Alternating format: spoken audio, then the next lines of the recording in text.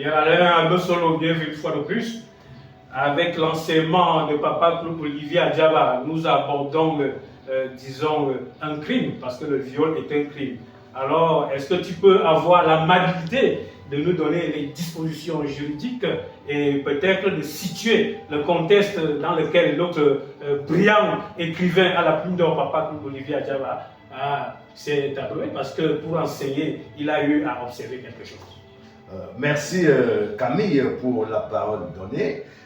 Avant de dérouler ma pensée, permets-moi d'exprimer toutes mes admirations à Papa Claude Olivier Adjaba et de lui témoigner de l'adhésion ferme à cette dynamique de formation permanente à la vie responsable.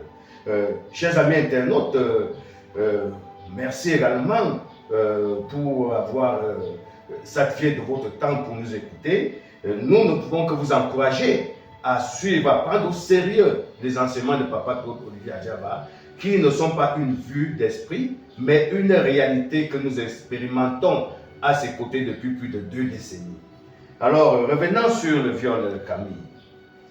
Tu l'as si bien dit, le viol est un crime. Hein? Et puis au plan juridique, on considère le viol comme tout acte de pénétration sexuelle, de quelque nature qu'il soit, ou tout acte bucco-génital commis sur la personne d'autrui ou sur la personne de l'auteur, par violence, par menace, par contrainte ou par surprise. Alors nous voyons que l'enseignement de Papa Claude Olivier Adjaba vient à point nommé.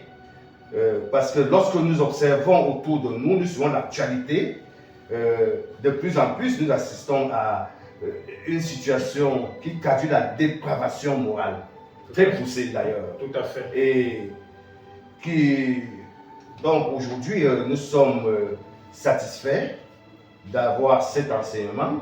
Je pourrais préciser déjà que Papa Claude Olivier Adjaba, lui au sein du Kaddish, combat ces fléaux-là depuis plus de 20 ans.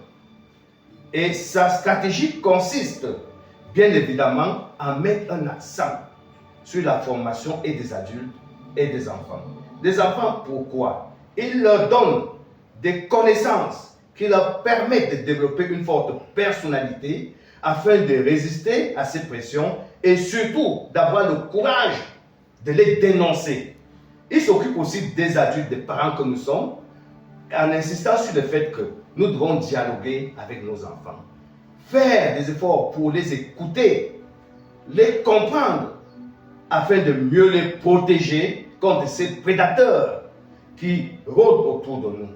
Aussi donc, pour finir, là je vais citer un extrait du code pénal camerounais, dans la loi numéro 2016-007 du 12 juillet 2016, qui en son article 296 dispose que est puni d'un emprisonnement de 5 ans à 10 ans celui qui, à l'aide de violences physiques ou morales, contraint une personne, même pubère, à avoir avec lui des relations sexuelles.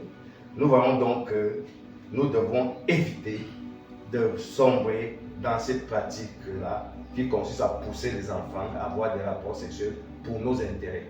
C'est dit que Papa Claude Olivier Adjaba, en bon éveilleur des consciences, s'inscrit en droite ligne de la loi étatique pour dénoncer avec vigueur cette vermine sociétale qu'est le viol. Et sensibiliser, et faire une sensibilisation de masse. Bien évidemment, bien évidemment.